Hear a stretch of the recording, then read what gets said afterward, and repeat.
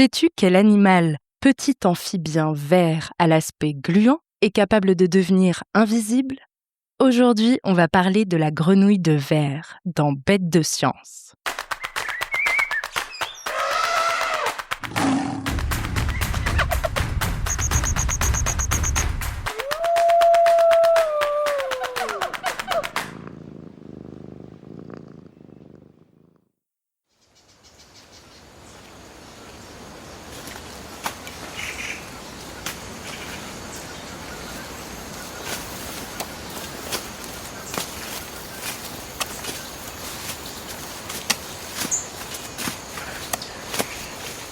Au cœur du Mexique, par une belle journée ensoleillée, on peut entendre la forêt tropicale grouiller de vie autour de nous. Ici, vivent singes hurleurs, tapirs, ou encore boa constrictor. Le vent souffle dans les feuillages et c'est lui que nous allons suivre pour espérer rencontrer l'animal du jour. Car juste au-dessus de nos têtes, fermement accroché aux feuilles des arbres qui nous entourent, vit un petit amphibien. Une grenouille, si petite qu'elle pourrait tenir tout entière au bout de tes doigts. La trouver n'est pas une mince affaire. À cette heure, elle fait la sieste. Voici la grenouille de verre. Sa couleur verte se confond avec la feuille sur laquelle elle dort. La peau de son dos est constellée de taches. Elle a de grands yeux, orientés vers l'avant, et une longue bouche qui s'étend d'un bout à l'autre de sa face. Son corps, qui mesure moins de quelques centimètres, est soutenu par 4 pattes puissantes qui se terminent par des doigts pourvus de ventouses. C'est idéal pour se déplacer de feuille en feuille. Mais ce qui vaut à la grenouille de verre son nom, c'est la peau de son ventre, translucide. Regarde. Par-dessous, on peut voir son foie, ses intestins et même son cœur en train de battre.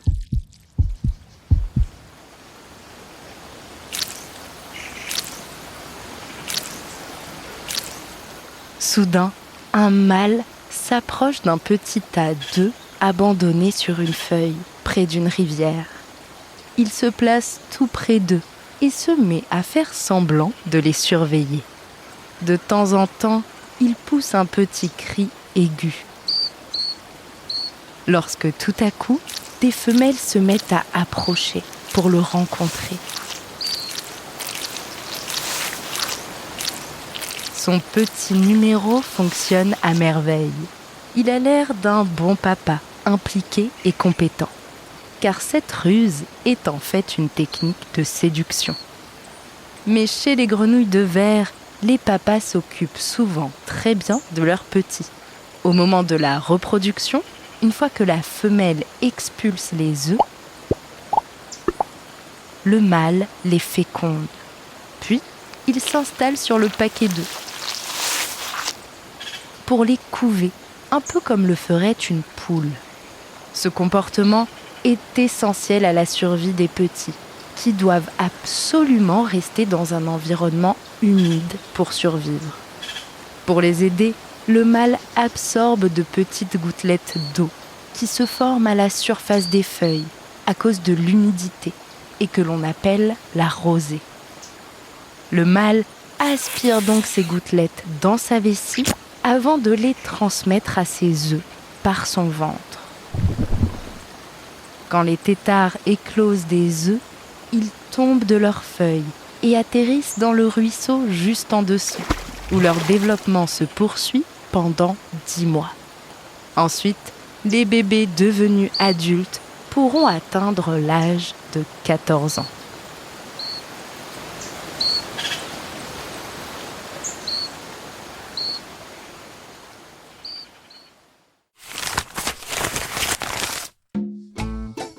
On retrouve la grenouille de verre du sud du Mexique jusqu'à la pointe du Chili.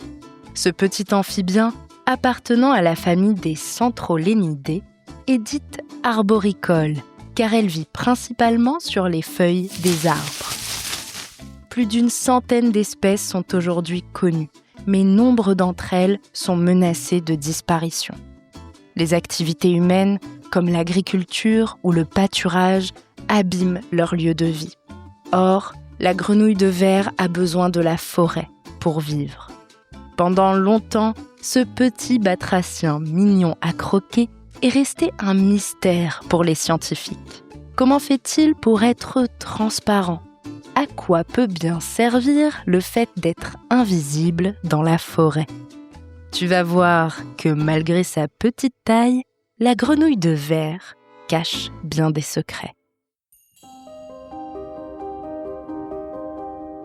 Nous, humains, avons toujours rêvé de pouvoir créer une cape d'invisibilité. Ce rêve magique qui enchante les contes et les mythes, la grenouille de verre en a fait une réalité. Les scientifiques ont découvert que ce n'est pas uniquement la peau de cette grenouille fascinante, totalement dépourvue de pigments, qui la rend translucide. En fait, c'est un mécanisme complexe à l'intérieur de son corps qui oriente la lumière d'une certaine façon, pour donner l'impression qu'elle est transparente. La grenouille de verre a le pouvoir exceptionnel de jouer avec la lumière. Mais ça n'est pas tout. Car ce petit amphibien peut aussi moduler, c'est-à-dire augmenter ou diminuer sa transparence.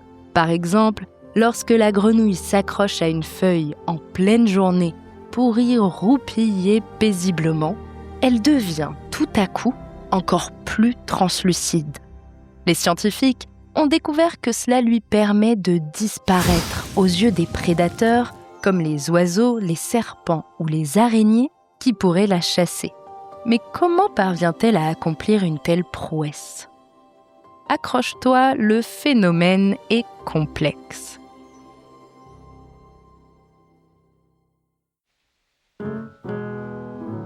En fait, le sang de la grenouille de verre est rouge, comme notre sang à nous, humains.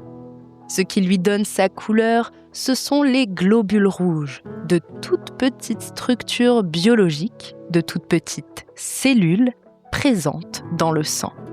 Lorsqu'elle dort, la grenouille de verre envoie tous ces globules rouges vers son foie et elle les stocke bien au chaud dans cet organe tout au long de sa sieste. Son sang, alors dépourvu de ces cellules qui lui donnent sa couleur, devient transparent et la lumière peut traverser le petit batracien 2 à 3 fois plus qu'en temps normal. Grâce à ce phénomène, la grenouille de verre augmente sa transparence. Ce super pouvoir continue d'être étudié par les scientifiques à travers le monde, car il referme peut-être le remède à plusieurs maladies présentes chez nous, les humains. Des maladies qui affectent notre système cardiovasculaire, ou pour le dire plus simplement, la façon dont notre sang se déplace dans notre corps. Alors si tu t'aventures un jour au cœur des forêts d'Amérique centrale et que tu tombes nez à nez avec une feuille verte qui semble te regarder de ses yeux bien ronds, pas de panique. Approche-toi pour observer les grenouilles de verre qui roupillent au soleil en trompant les prédateurs grâce à leur alliance unique avec la lumière. Allez, on récapitule. La grenouille de verre est un amphibien que l'on retrouve dans les forêts tropicales de l'Amérique centrale et de l'Amérique du Sud. Animal solitaire et arboricole de petite taille, cette grenouille vit la nuit et se repose le jour.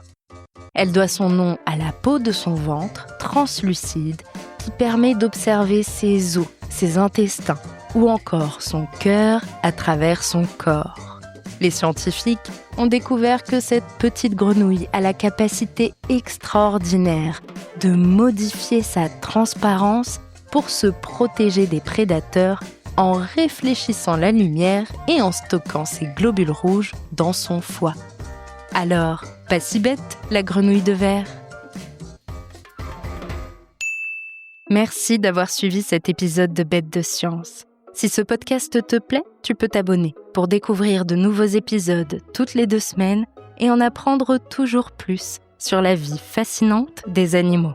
Si tu nous suis sur Spotify ou Apple Podcast, tu peux même nous laisser 5 étoiles pour nous dire qu'on a fait du bon travail ou nous laisser un commentaire si tu veux qu'on parle d'une bestiole en particulier. Au fait, si tu aimes ces épisodes et que tu veux les écouter avant tout le monde, c'est possible.